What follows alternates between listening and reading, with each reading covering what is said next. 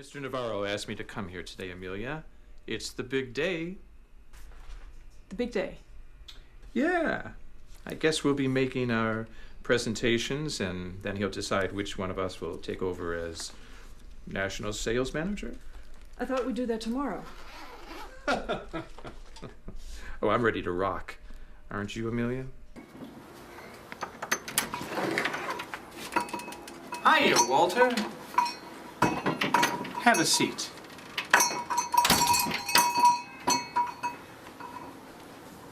Too much direct sunlight. You're ivy. Some plants don't like a whole lot of direct sunlight. Walter, yesterday you took the 5:13 bus from work to home.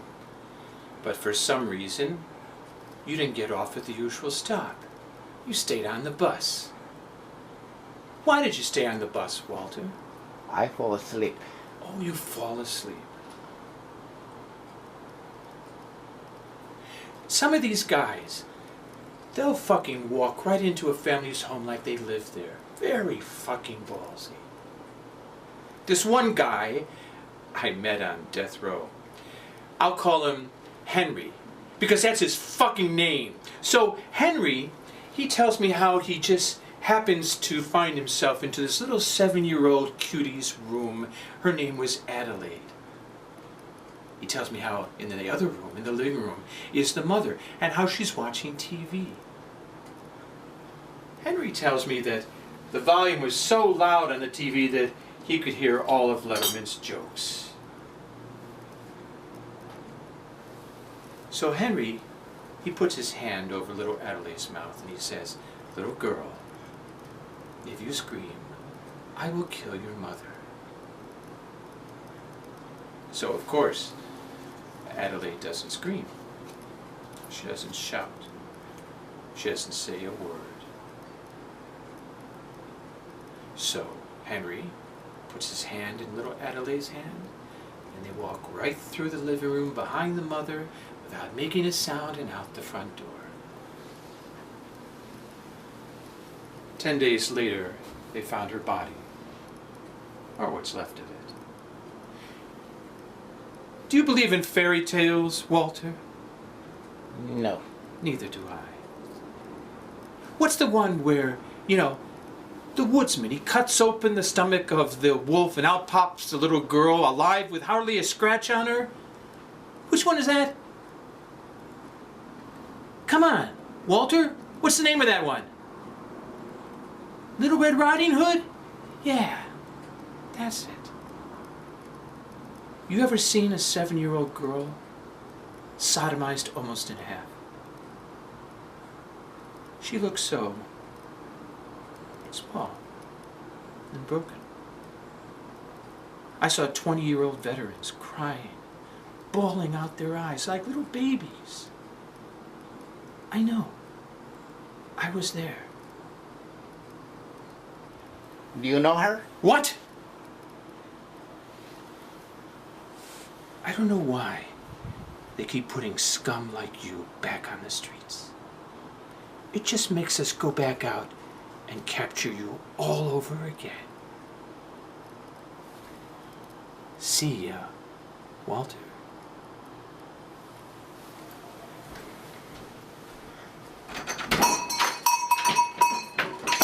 All we can do is try to keep him as comfortable as possible. CB, Jack, what about the CB? CB? You have a CB?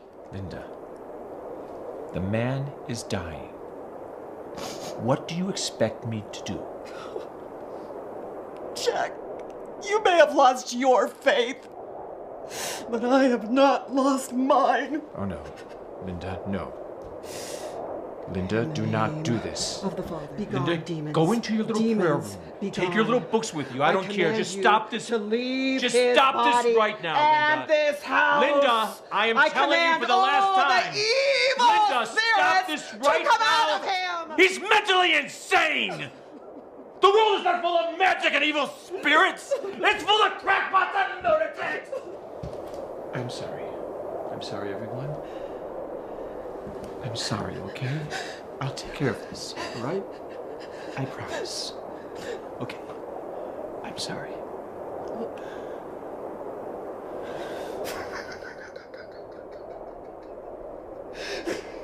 There is no existence of mental illness, Jack. And it has been well documented and not refuted by psychiatric experts. Just give me what you want, mister. I'm sorry. Sorry, I could save you. My heart. What about my heart? You know about my heart? People are gonna die. What are you doing out there on that road? What are you doing up here in this area? You don't belong up here! My name is JT and I'm an alcoholic and an addict. I'm also a television writer, which by default makes me a jag-off. But you'd realize that yourself in about a minute. About 14 years ago, I moved from Chicago to Hollywood and broke into the biz. It was a dream come true. I had the money, the Beamer, the actor's girlfriend. But you want to know what the best part was? I had all the flake I needed to keep churning out that snappy dialogue for Corbin Burnson. Drugs and alcohol. Shit.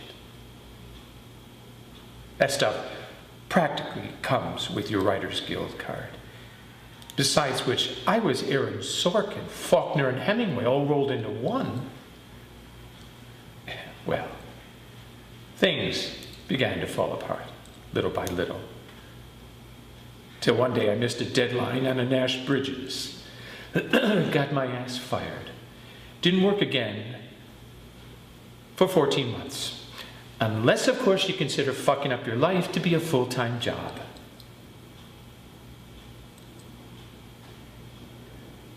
Exactly 1 year ago tonight. Exactly. I got high for the last time. And I'm not going to bore you with all the gory details, mainly because I don't remember many of them, but suffice it to say that it involved a large quantity of cocaine and several burly police officers. Good times! By the grace of God, I got myself into a program in North Hollywood. And I'm not going to lie to you. It wasn't easy. It was fucking tough at first. It still is. But with the help of some friends I met there, I got through it. Christopher, where are you? Stand up. Hey, everybody. That's my man, Chris.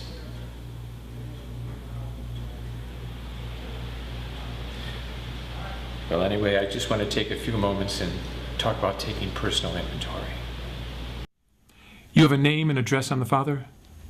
That is the one piece of the puzzle I don't know. No one knows if he's alive or dead.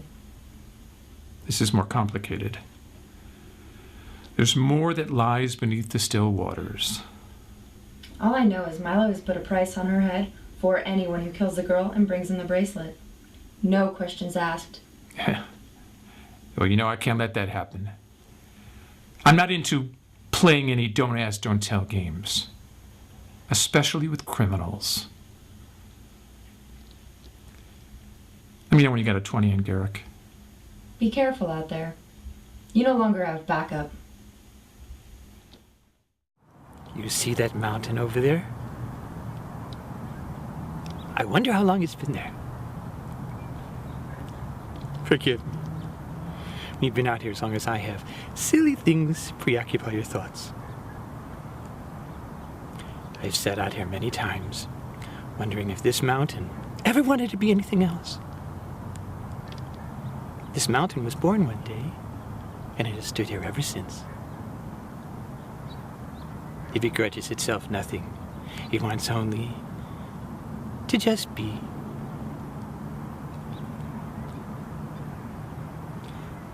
I used to tell you a story when you were young before I left. I wonder if you remember it. It's the story of Little Larry the Lamb. No matter how many times I told you that story, you never believed me. And now I know why. It was because of the ending. I would tell you how Little Larry the Lamb lived and played in the meadow, that all he did all day long was eat and sleep and play. and how he had loved his master, because his master took care of him and all the flock. That when little Larry would go to sleep and he'd wake, there was his master right next to him, always protecting him.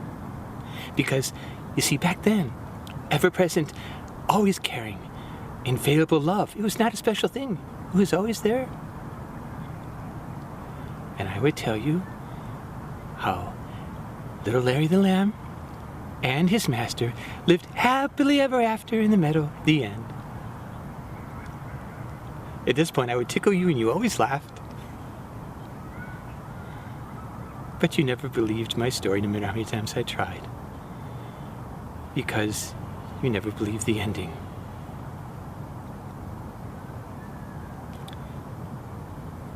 Because you always knew that Larry, the little lamb, and his master did not live happily ever after in the meadow.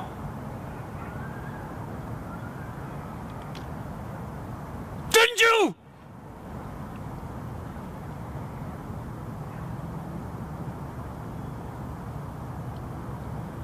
The end.